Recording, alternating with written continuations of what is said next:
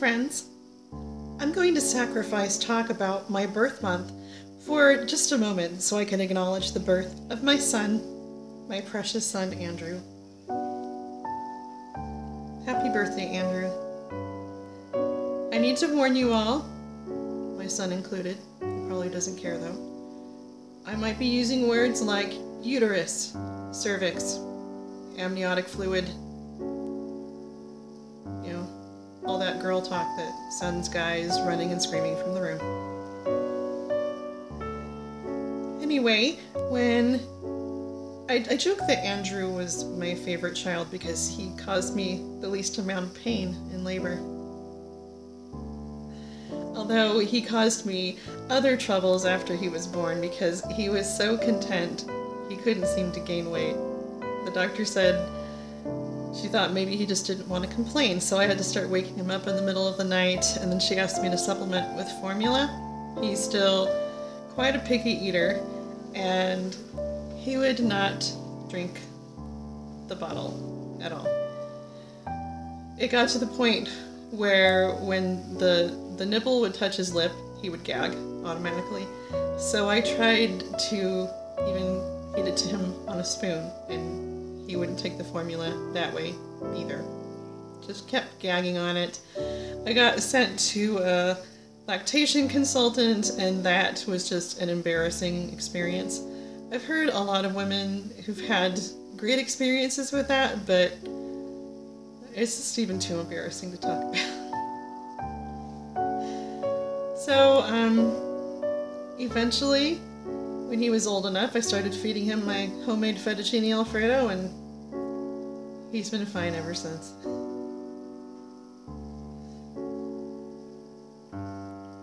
When I was pregnant with Andrew, I was pretty ill. I didn't have the severe sickness that other women have had, but still, it was not pleasant. The funny thing was, I was repulsed by onions with Eric, but with Andrew, when I did have an appetite, I craved anything with fresh onion. And I wondered if he would maybe be an onion lover, but he's not. Whenever I had the practice contractions, you know, the Braxton Hicks, I didn't have them in my back like I did with my other kids, and I thought, maybe this will be my one kid who doesn't cause me back labor, and that ended up being true. What happened was, my brother was leaving for Iraq, and I was contracting for so long, I thought, okay, this kid's gonna be early, but he wasn't, and I never wanted to be induced. I'm such a granola when it comes to giving birth. And so my brother was leaving the upcoming weekend, and I asked my doctor, okay, if I scheduled an induction, can I cancel it if I want to? She said, yeah, sure. I didn't want to experience Pitocin or anything like that ever again. And I still kept feeling like I should just show up for the induction appointment. I was awake all night sick. I got like half an hour of sleep before Andrew was born. We took the kids to my sister's house the night before, and when I got there, the nurse said, "So, are you excited?" And I said, "No, I'm not." And I thought this is going to be horribly painful.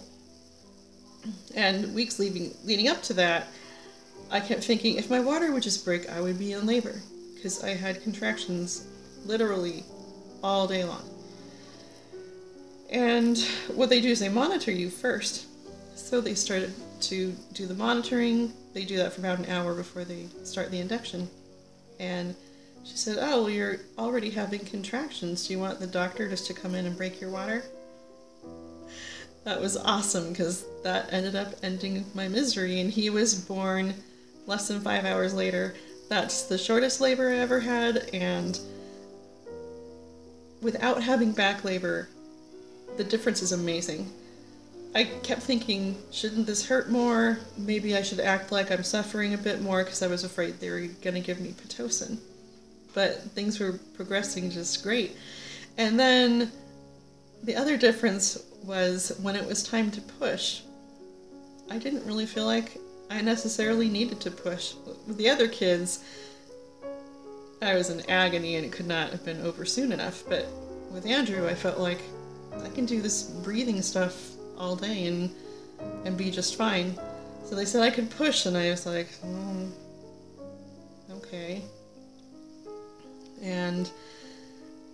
But when you don't have that, overwhelming need to push, it makes it harder to really, put your heart into it. So it took me longer to push with him than the others, but still it wasn't that long. And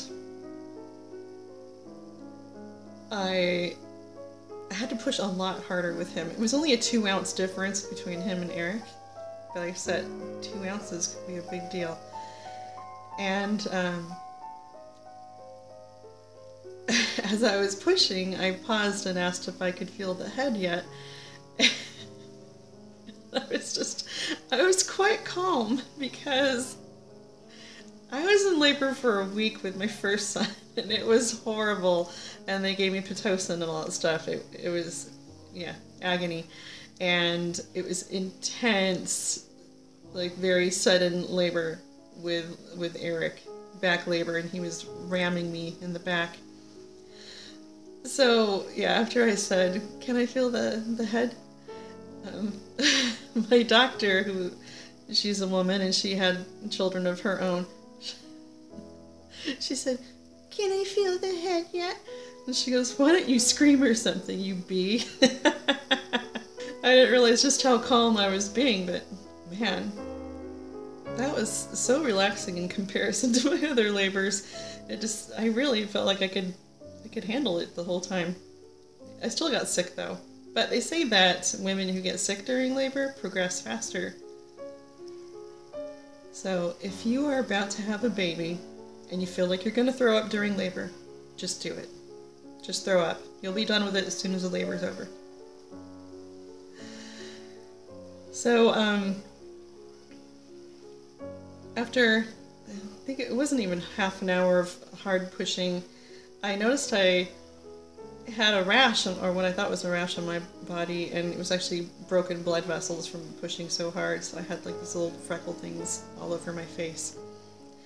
And Andrew was the most amazing baby. He was awake for 5 hours straight after he was born, just looking around, like he was just fascinated by everyone and everything. And I have this picture that I'll show you. He is only like half an hour old there, and he's smiling at my sister.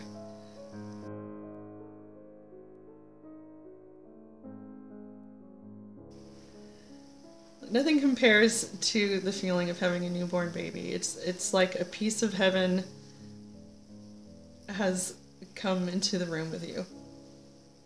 Another thing after Andrew was born was, okay, so when your uterus is contracting back down to normal,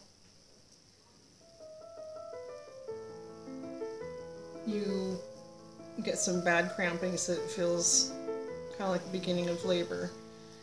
And it tends to get worse with each child. And it was so bad after Andrew was born, my husband asked, "Are you sure there's not another one in there?" Another detail about Andrew's birth was he was born to the song "Kiss Me" by Sixpence None the Richer. That is my biggest help in labor, is music. And I sing along between contractions. That helps me to slow down my breathing and forget about the fact that another one is on its way. With that labor, the nurse said that I should teach classes on how to labor naturally. Okay, but back labor is a whole different ballgame, really. And she said she had changed or traded shifts with another nurse. And who's behind me? Do you want to sing a song with me? Why are you sniffing my hair? Anyway, the nurse said she had traded shifts with another nurse, and that nurse ended up getting a horrible labor where it ended up being an emergency C-section and the mother was crying, and so my nurse was bragging to her that she got the easiest labor ever with nice singing and great music to listen to. No screaming whatsoever. It's true, I didn't scream at all. Didn't cry.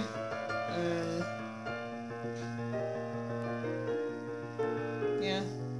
I could have 50 kids if I had labor like that. Just kidding. My uterus would probably fall out.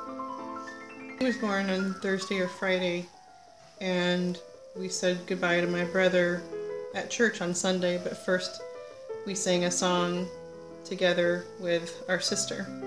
I didn't know if we get to sing together again.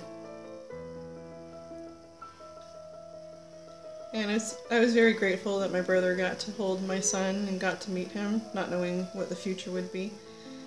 And he came back safely, thank goodness. Andrew has grown up to be a very tender, sensitive boy. He's also very talented, but he's shy about his talent. And he mentioned in one of my previous videos when I was reading questions that my kids answered, he said that I get annoyed when he doesn't use his talents. Which is true, I just want him to put himself out there more because he has a beautiful voice. I'm not saying he has to grow up to be a professional, but there is a shortage in this world of men who are willing to sing. And less of them are developing their voices, and more of them are turning out to be tone deaf. And one of the biggest struggles in our choir is finding enough men to sing. I know plenty of them are born with talent, though. They just need to develop it. Maybe it's not considered manly, but guys, women think it's dreamy when you sing, unless you're bad at it. Okay, I'm gonna share some special moments of Andrew's growing up. This is mostly for Andrew to see, for him to enjoy. I hope you all enjoy it too. He's so cute.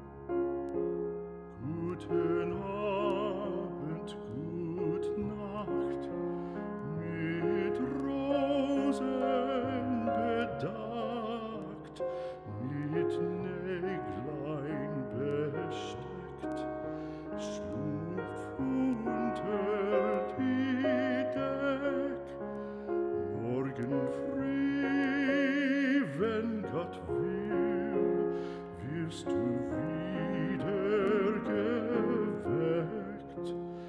Morgen früh, wenn Gott will, wirst du wieder geweckt.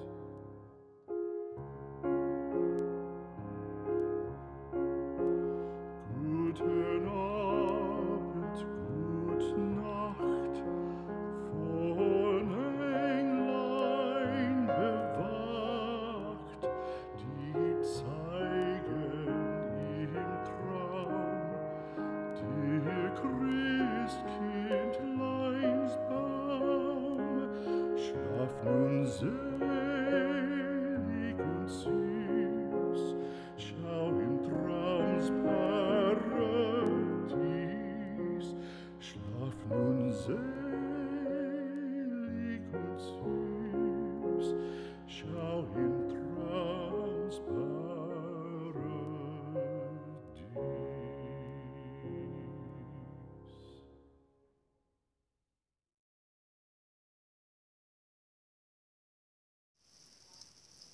I love you, Andrew.